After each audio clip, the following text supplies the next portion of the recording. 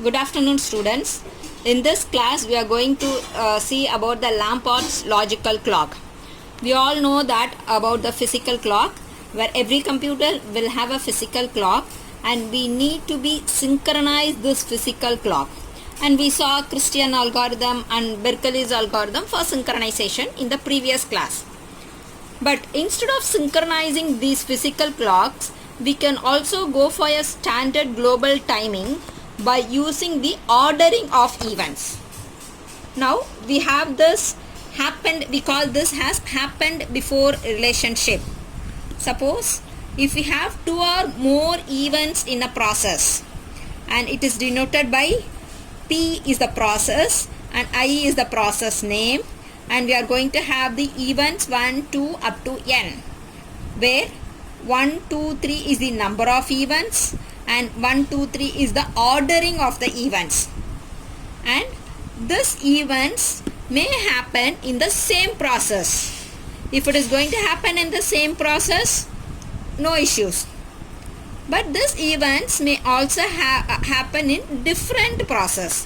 If they are going to happen in different process, then they need a relationship between them, and this relationship is created by the message that they are going to pass.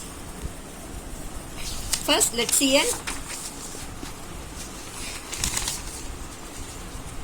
This is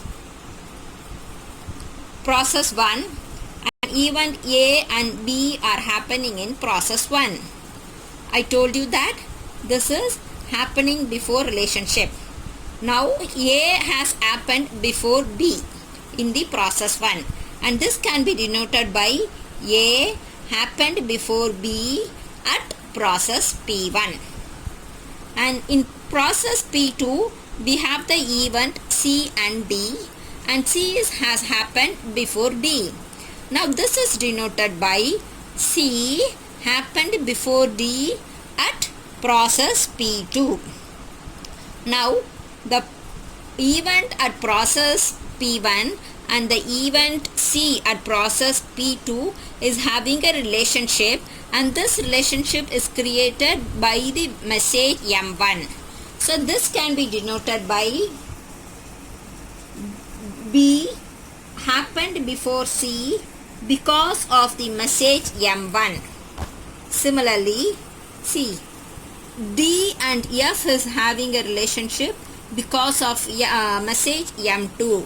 So we can denote that by D happened before F because of message M2. We also have event A at process P1 and E at process P3. It is also seen that both of them are happening at the same time. So now this is denoted by A not happened before E, A has not happened before E, right? Because they are at the same time. And he not happened, E not happened before A, because A and E are different. They are a different process and there is no relationship between them. So they can be denoted as, look here, A concurrent to E. It means they are happening at the same time. A concurrent to E. Okay, now we saw about how to use this happened before relationship. Now we will go to the conditions and the rules to be followed for Lamport's logical clock. The two that followed are at clock C1, this we call it as clock 1, and the event A and B are going to happen at the same process I. So Ci will be Ci of the event A, that is clock of event A, will be less than the clock at event B. It means that A is happening before B. If the process is going to happen at different, if the events are going to happen at different process. Now the clock C2, that is a condition C2, says that the clock at process I, for the event A, will be less than the clock at process J for the event B, and the condition that A will happen before B. Now the two implementation rules that are followed for Lambert's logical clock is: number one, if A happens before B and they are happening at the same process, then C of B, the clock at event B, will be equal to the clock at event A. A is happening before B, so the time between A and B is assumed to be D. So clock at time A plus the time D, and by default the time D is assumed to be 1. Similarly, the rule implementation rule 2 says that the process at J, the clock at process J will be calculated as the maximum of clock at J, or the time at the process I, whichever is the maximum, that will be taken as the time. Let's see with an example. Now these are the two processes, P1 and P2. These are the events. We have 7 events at process P1. So the events are E11, E12, E13, E14, E15, E16 and E17. Similarly, at process P2 we have 5 events: E21, E22, E23, E24 and E25. And I also told you that the event, this is event 1, the time is considered as 1. Now the default time between the two events is 1, so it is going to be the addition of 1, that is 1 plus 1 is 2. So similarly at event E13, it is addition of the previous one, that is 2 plus 1 is 3. At event 4, the clock timing will be 3 plus 1 is 4. But event 5, it is getting some message from the second process. So we have to go with the second rule. Let me write the two rules here so that it will be easy for us to understand. So according to implementation rule 1, it says that C of B, if it is same process, it is equal to A plus D, where D will be greater than 0. So we are assuming it to be D to be 1, approximately we are assuming it to be 1. So implementation rule 2 says that if it is a different process, Cj, clock at time at Cj is, it will be the maximum of Cj time at I plus D. Now we come to the example.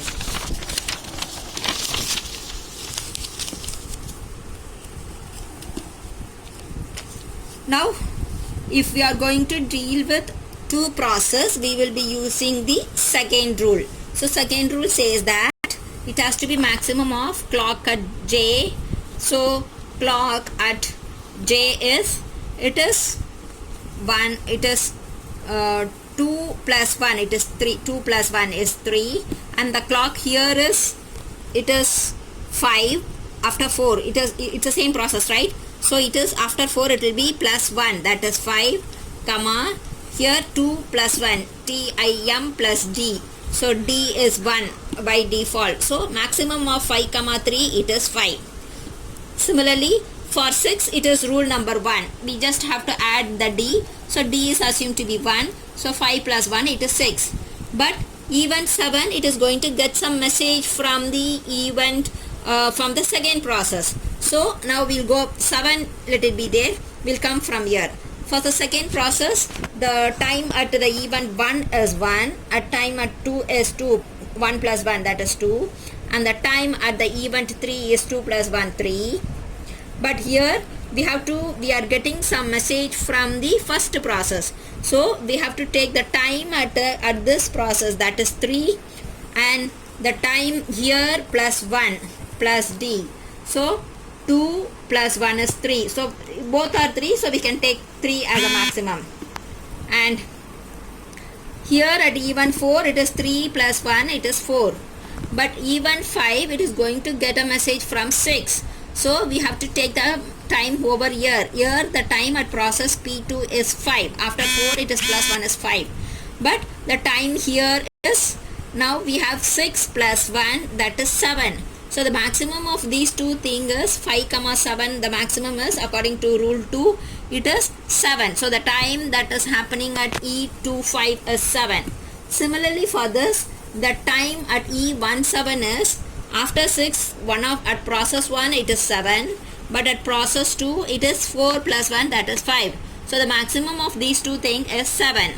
So according to, for rule 1, if A have happened before B, if it is in the same process, now the clock at A will be less than clock at B. The clock time at event A will be less than the clock time at B, and it is true. But according to the implementation rule 2, where it happens between two processes, if event A has happened before B, the clock at A will be less than clock at B, but it is not sure. It may or it may not be, because here we have taken the clock, see, E25, even if it has happened, we have got 5 and 7. So we have taken, the maximum has become 7. So it is not sure whether it happens before, even if it have happened before B, according, if it is between two processes, it may or it may not be. So this is what the Lamport's logical clock algorithm. In the next section, we will see about the vector clocks. Thank you.